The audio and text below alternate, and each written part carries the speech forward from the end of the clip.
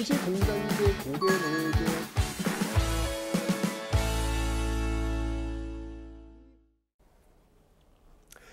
네, 안녕하세요 여러분들. 역사는 최태성. 네. 여러분 혹시 이슬비 맞아보셨나요?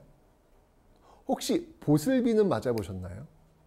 그럼 가랑비는 맞아보셨나요? 장대비는 맞아보셨나요? 그러고 보니까 우산을 쓰면서 비를 다 안 맞기 위해 다녔던 것 같아요. 그래서 지금 이야기했던 뭐 이슬비, 가랑비, 뭐 장대비, 보슬비를 맞았던 감각이 제 몸에는 없는 것 같습니다. 분명히 느낄 수 있는 감각인데 우리는 그 감각을 갖고 있지 않는 것 같아요. 저 이번 여름 버킷리스트 하나 나왔습니다. 장대비를 한번 미친놈이라고 할까? 한번 맞아보고 싶어요. 그 느낌이 어떨지. 여러 종류의 비를 한번 우산 없이 그냥 맞아보고 싶다는 생각이 들었습니다. 왜? 내 안의 감각을 좀 키우기 위해서. 나쁘지 않을 것 같아요. 네. 여러분들 항상 이 강의를 들을 때도 역시 마찬가지입니다. 제가 늘 이야기하지만 모든 감각을 다 총동원해서 이 인강을 들어달라라는 이야기를 제가 누누이 강조합니다. 눈으로는 반드시 저를 보시고요. 입으로는 이야기하시고요. 그리고 귀로는 들으시고요. 손으로는 쓰시고요. 심지어는 화면상에 있는 저의 그 향수내가 어떤 내 음인지 이것도 한번 느껴보실 정도로 집중을 하시라 라고 말씀을 드렸습니다. 어차피 그 같은 시간을 쓰는 데 있어가지고 여러분들이 갖고 있는 모든 감각은 한번 같이 활용하는 게 좋지 않을까라는 생각이 들어요. 공부도 마찬가지지만 일상의 삶 속에서도 여러분의 그 몰랐던 감각을 일깨우는 그 행위를 주저하지 않았으면 좋겠습니다. 새로운 감각의 느낌을 기억하시기 바랍니다.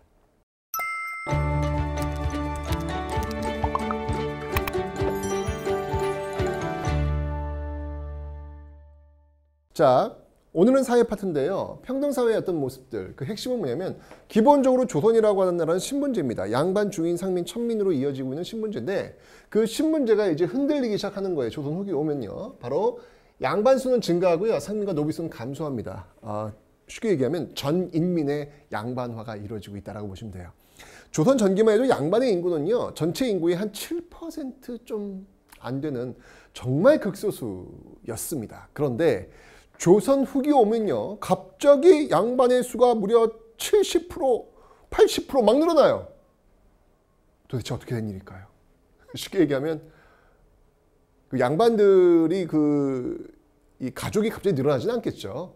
네, 뭔가 외부에서 짝퉁 양반이 막 들어오면서 불어났다는 이야기예요. 자, 일단 기본적으로요, 이 양난, 임진왜란, 병자, 호란을 통해 가지고 이 전쟁을 겪으면서 다 날아갔어요. 양안, 토지대장, 안이라고 하는 것은 리스트라고 했죠. 토지대장, 불타 사라졌습니다. 호적, 사람들 적어놓은 거, 이것도 불타 사라졌습니다. 자, 뭐 이렇게 막 정신이 없는 상황에다가 게다가 이제 전쟁을 겪으면서 국가재정은 뭐 그냥 바닥으로 갈 수밖에 없는 것이죠. 전쟁을 겪었으니까. 자, 이렇게 되면서 국가로서는 뭔가 국가재정을 확보할 필요가 있다는 이야기예요. 그래서 뭘 했냐면 납속책이라는 것을 시행합니다. 납속책이라고 하는 것은 뭐냐면 납부하는 거예요. 예, 뭘 납부하냐면 곡식을 납부하면 책, 임명을 해주는 거예요. 벼슬을 주는 거예요. 예, 대표적인 게 바로 공명첩이라는 겁니다. 이 공명첩은 뭐냐면 납속책의 어떤 일환인데요.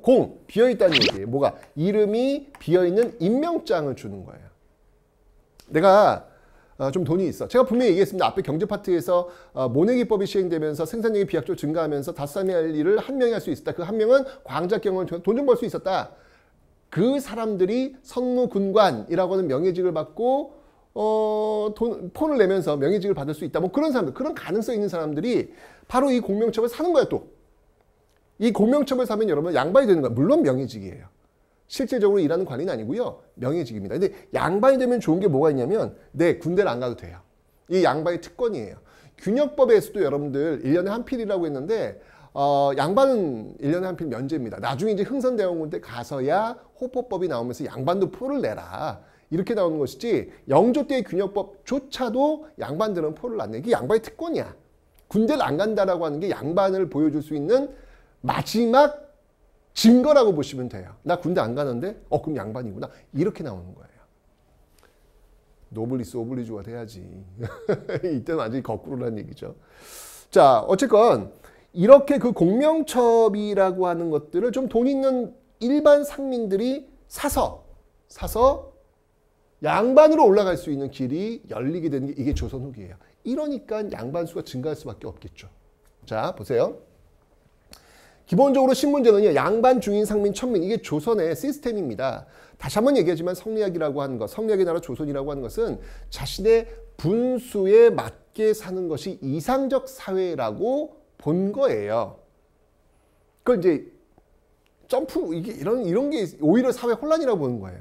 그냥 자신의 신분과 자신의 역할에 맞게 그 역할에 맞게 살아가는 것, 그게 조화로운 모습이다. 이렇게 본 거예요. 자, 그런데 이게 이제 흔들리는 겁니다. 조선 후기 와서는요. 자, 아까도 이야기했지만 국가 재정은 지금 나락으로 떨어졌고 국가에 돈을 낼 수 있는 상민들이 모내기법을 통해서 등장하고 있는 상황. 서로가 윈윈이 되는 그런 합의점을 찾은 거라. 그죠? 자, 이러면서 이제 변화가 오는 건데, 자, 우선 양반들 볼게요. 양반부터 볼게요. 양반도 이제 분화합니다. 옛날 조선 전기는 한 번 양반이면 영원한 양반. 그 양반이라는 의미는 뭐냐면 사회적으로 경제적으로 모든 것이 해결되는 것, 이렇게 보여줬단 말이에요. 근데 조선 후기 와서는 그렇지 않아요. 양반들조차도 분화합니다. 왜? 우리 앞에 정치 파트 봤잖아요. 조선 후기 와서 나오는 형태, 대표적인 환국 아니겠습니까? 저 오늘 출근하려고 했는데, 여보 다녀올게요. 문을 여시오. 사약을 받으라. 이렇게 나온다 그랬잖아요. 환국이라고 하는 것은 여러분 일단 전제입니다. 어느 당이 권력을 장악한 순간 다른 당은 권력에서 완전히 도태될 수밖에 없다라고 설명드렸잖아요. 그러니까 기본적으로 붕당 정치의 공존이 깨져버린 게 환국이란 말이에요. 자, 이러면 확연히 나뉘는 거예요. 조선 후기 와서는. 권력을 쥐고 있는 권반과 권력에서 떨어져 나가서 이제 향촌에서 그저 양반 정도의 지위를 유지하고 있는 향반으로 나뉘는 거예요. 더 나아가서 이 양반들 중에서는 아예 그냥 몰락한 잔반들도 존재하겠죠. 이렇게 양반들이 그 환국 정쟁이라고 하는 어떤 그런 정적 관통을 하면서 이런 모습으로 분화할 수밖에 없는 그런 구조가 나온 거예요. 자, 그래서 권반, 양반, 장반 이렇게 있는데, 자, 이 중에서 여러분들 이 향반을 일단 좀 여러분 주목을 좀 해 놓으시기 바랍니다. 좀 더 설명드릴게요. 자, 어쨌건 권반, 양반, 장반이 있고요. 그 다음에 이제 중인을 한번 보도록 하겠습니다. 중인은요, 기본적으로 여러분들 중인이라고 하는 하급 관리라고 제가 설명드렸습니다. 그죠? 근데 이 하급 관리들인데 일반적으로 이제 기술직 중인들이에요. 잡과를 통해 가지고 관직에 올라온 사람들을 포함할 수 있겠죠. 자, 그런데 이 기술직 중인들 말고 또 중인에 해당하는 사람들이 있어요. 그들이 누구냐면 서어리야. 여러분 잘 알겠지만 성종 때 그 과부들의 재가를 금지시켰습니다. 그 방법이 뭐였냐면 남편이 죽고 여성이 다시 결혼을 하면 그의 자식들은 문과응시가 금지되어 있다. 뭐 이런 식으로 나왔고요. 또 뭐가 있냐면 첩의 자식들은 또 역시 마찬가지로 과거응시를 제한을 시켰어요. 그 첩의 자식들이 바로 서얼이에요. 자, 그런데 조선 후기 와서 이 서얼들이 이제 이런 거죠. 아버지를 아버지라 부르지 못하고 형을 형이라 부르지 못하고. 왜냐면 내 아버지가 양반인데 나도 양반 핏줄이 흐르는데 왜 내가 양반이 아니야? 이렇게 얘기할 수 있잖아요. 자, 그러면서 그 서얼들이 본격적으로 신분 상승을 해달라. 우리도 양반일 수 있다. 양반의 핏줄인데 왜 이렇게 하느냐? 라고 해서 상소를 올리게 됩니다. 그런 것들이 통했던 시기가 언제냐면 정조 때 규장각 검서관에 등용을 합니다. 제가 이거 앞에 설명을 드렸던 것 같아요. 규장각. 정조 규장각 하면서 설명을 드렸던 것 같아요. 규장각 검서에 등용을 해요. 대표적인 인물들이 바로 박제가, 유득공 이런 인물들. 박제가 여러분들 그 열하일기 북학파 유명한 사람 아닙니까? 그죠? 당대에 어떻게 열려있는 그런 마인드, 새로운 시대를 열 수 있는 어떤 그런 마인드들이 바로 이 서얼층에서 굉장히 많이 나와요. 이 중인층에도 굉장히 많이 나와요. 그러니까 그들이 이제 어떻게 보면 이들이 새로운 시대를 이끌 수 있는 새로운 주류 세력이 되는 거예요. 이제 준비하고 있는 거야. 이 당시 볼 땐 답답한 거라. 양반들에 의해 가지고 우리가 뭐 아무도 못하는 어떤 그런 모습들 속에 답답하니까 우리 신분 상승해달라라고 이야기하는 거예요. 조선 전기라면 있을 수 없는 상황이었죠. 근데 조선 후기 와서 경제도 흔들리고 사회도 흔들리면서 이제 이런 것들을 이야기할 수 있는 분위기가 나타나고 있더라. 이들이 이렇게 올라가는 어떤 그런 루트가 이제 보이기 시작하니까 당연히 기술치 중인들도 뭐야 그럼 우리도 해야지 나올 거 아니에요. 소총운동을 전개하는 거예요. 소총이 이제 상승 올리는 거예요. 그런데 뭐 큰 성공은 거두지 못했지만 이런 액션 자체가 다음 시대를 준비하는 하나의 단초가 된다라는 것이죠. 그죠? 특히 이 주인들은요 시사를 조직합니다. 그러니까 옛날에 이 시사라고 하는 것은 양반들의 전유물입니다. 양반들이 시를 쓰고 그림을 뭐 감상하면서 서로 모여가지고 그들의 어떤 오락이에요. 그들의 취미예요. 지금 좀 이렇게 있으신 분들 이렇게 골프 치러 이렇게 동호회 이렇게 만드시잖아요. 그런 거. 이 당시엔 골프라는 게 없었으니까. 이 당시에 그 양반들한테는 이렇게 시 쓰고 그림 그리고 감상하고 이런 것들이 양반들이 전유물이었는데 조선 후기 와서는 중인들도 우리라고 왜 못할 게 있어? 사실 이 기술지 중인들에서는 특히 통역관들, 이 통역관들, 역관들이라고 하죠. 이 역관들이 청나라 왔다 갔다 하면서 돈 무지하게 많이 벌거든요. 돈 많어 나 왜 즐겨야지? 이렇게 나온다는 이야기죠. 그러면서 이제 이 중인들도 시사를 조직하고요. 이들이 이제 중심이 되어가지고 끌어나가는 문학을 뭐라고 하냐면 위향문학이라고 합니다. 이 위향은 여항이라고도 합니다. 여항. 그러니까 위향, 여항 여기 의미가 뭐냐면 그 마을, 그 지역에서 그 출신들이 이끌어가고 있는 문학이라는 거예요. 주인들은 사실은 이제 그 지역 출신들이 굉장히 많으니까 그들끼리 모여가지고 그들이 어떤 문학을 지향하는 이런 위향 문학들이 나타나고 있더라. 사실 이제 이들이 이제 일제 강점기까지 계속 이어지면서 어떤 그 문학 세계를 좀 이끌어가고 있는 어떤 그런 동력이 되기도 해요. 예. 어쨌건 이제 이 중인들 제가 볼 때는 새로운 시대를 이끌 수 있는 그런 주역들로 지금 꿈틀꿈틀대면서 지금 등장하고 있다라는 걸 보시면 되겠습니다. 자, 이렇게 해서 중인들도 지금 신분 상승의 어떤 모습들이 보이고 있고요. 그 다음에 이제 백성들의 대다수를 차지하고 있는 상민을 한번 보도록 하겠습니다. 상민은 제가 아까 말씀드렸어요. 특히 모내기법이 시행되면서 5사람이 할 일을 한 사람이 할 수 있다. 그 한 명은 광작 경영을 통해서 분홍이 될 수 있고 나머지 4명은 토지에서 떨어져 나와서 덕대에게 고용되는 임노동자 이 모습이 될 수 있다라고 제가 경제 파트에 설명드렸잖아요. 그 모습이에요. 상민층이 분화하는 거예요. 분홍들. 돈이 좀 생겼어. 나 선무금관 나 명예직 됐다 할 수 있잖아요. 그리고 공명첩 통해 가지고 양반될 수 있잖아요. 올라갈 수 있는 루트들이 많이 있는 거야. 돈만 있으면. 자, 그러면서 족보를 매입하거나 위조하는 이런 모습들도 보입니다. 자, 어쨌든 간에 자, 이렇게 상민들은요. 이렇게 분홍들은 족보를 매입하거나 위조를 해가지고 또 납속직을 통해서 양반으로 올라가는 그런 모습들이 보이고 있더라. 자, 어쨌든 간에 그 향방의 입장에 볼 때는 이것들 안 그러겠습니까? 옛날에는 이랬던 상놈이 나도 양반하고 그냥 딱 서로 얼굴 맞추면서 이렇게 지나간단 말이야. 그러면 저런 그럴 거 아니에요. 당연히 마을에서는 갈등이 벌어질 수밖에 없죠. 이거는 뭐라고 하면 향반들과 그리고 이렇게 새로 양반이 된 이 분홍들과의 전쟁이 벌어지는 겁니다. 이걸 향촌에서 벌어지는 전투다 해서 향전이라고 하는 거예요. 당연히 갈등은 벌어질 수밖에 없겠다라는 것이죠. 자, 이러면서 이 양반들은요, 이 마을에서 야 이것들하고 뭔가 차별을 둬야 될 거 아니야. 그 방법이 뭘까? 그거는 족보를 공부하는 겁니다. 우리 집안은 이런 집안이야! 라고 이런 그 가짜 족보 웃기고 있어. 진짜 족보를 외우는 거예요. 달달달달 외우면서 내가 양반이라는 걸 증명을 하는 거지. 네, 그래서 이걸 보학이라고 합니다. 족보를 연구하는 학문. 이게 생존하기 위한 내가 양반이라는 걸 증명하기 위해서 족보를 외우는 거야. 그래서 보학이라는 게 또 발달을 하고요. 그 다음에 우리 조상을 모셔야 될 거 아니야. 너 족보 매입한, 너 족보 위조한, 너는 조상도 없잖아. 이제까지 우리는 대대로 몇백 년 동안 조상을 모셔오고 있어. 이거 증거가 될 수 있잖아요. 이게 사당이라는 것이죠.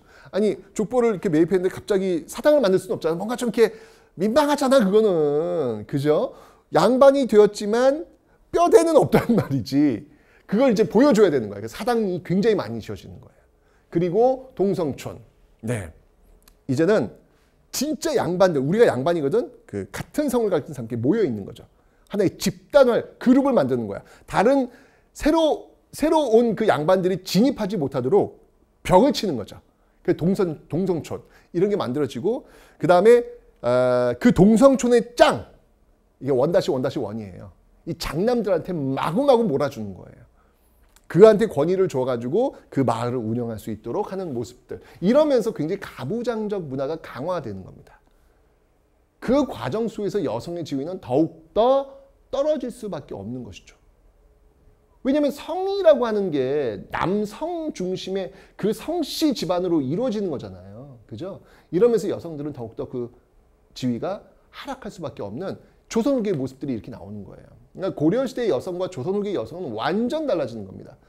고려시대 같은 경우에는 나름대로 가정 내에서의 여성과 남성의 지위는 동등했단 말이에요. 재산도 이제 똑같이 이렇게 받고. 근데 조선 후기 와서는 완전 여성은 그냥 말 그대로 출가 외인. 이렇게 되면서 그 지위는 하락할 수밖에 없는 것이죠. 호족에도 태어난 순으로 올라가지도 않아요. 이게 지금 이런 현상이 나타나는 이유가 바로 이런 조선 후기 사회적 변화 속에서 어찌 본다면 나름대로의 이 구향들, 옛날 원래 오리지널 양반들의 생존 전략 과정 속에서 나타나게 된 현상이다 라는 것입니다. 자, 이렇게 됐고요. 그 다음에 이제 천민들입니다. 천민들도 뭐 이렇게 점프할 수 있어요. 납득처럼 점프하고 올라갈 수 있는데 대다수 노비인데 노비들이 이제 너무 열받으면 그냥 도망가요. 그냥 도망가. 사회가 워낙 이제 막 흔들거리고 있으니까 그냥 도망가는 거예요. 그러니까 이 사회가 흔들거린다라고 하는 게 부정적인 모습으로만 볼 필요는 없어요. 다시 한번 얘기했지만 어쨌건 신분제 사회를 마감하고 새로운 시대로 나가기 위해서는 진통의 시간, 과도기가 필요할 거 아니에요? 그게 전 조선 후기다라는 생각이 드는 것이죠.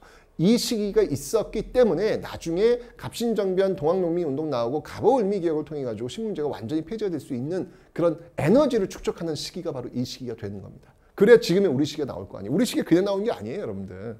예, 바로 이런 어떤 그 변화의 시기가 있어야만 지금의 우리 시기가 오는 것이죠. 네.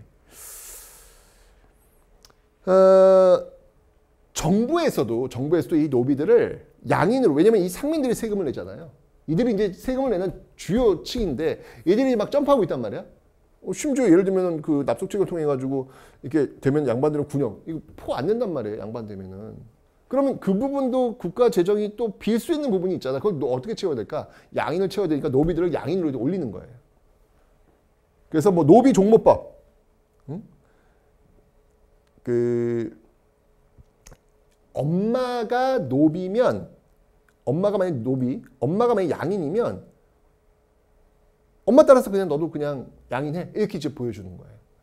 왜냐면 예전만 해도 일천즉천이라 해서 아버지나 어머니 중에서 한 명만 노비면 무조건 노비거든요. 그런 모습들이 지금 나타나고 있고 심지어는 순조 때가 되면요 공노비들을 해방을 시켜줘요. 공노비들을 양인제라고 이렇게 풀어주는 어떤 그런 모습들도 있더라. 이게 이제 신문제가 무너지기는 어떤 그 전초의 어떤 모습들이 지금 나타나고 있다. 이게 조선 후기라는 겁니다. 됐죠? 자, 어쨌건 이런 모습들의 그 배경은 전쟁이 끝나고 나서 국가재정이 굉장히 황폐됐고 국가재정을 채울 수 있는 사람들이 등장하는 상민들, 모내기법을 통해서 돈 좀 받던 상인들이 그것을 메꿔주기 위하면서 서로가 윈윈 되는 과정 속에서 결과론적으로 볼 때는 신분제도가 흔들리게 되는 이런 모습들이 지금 나타나고 있다는 얘기예요. 그러니까 여러분 전쟁 이후에 조선후기가 이렇게 많이 변하는 겁니다. 큰 변화죠. 그죠?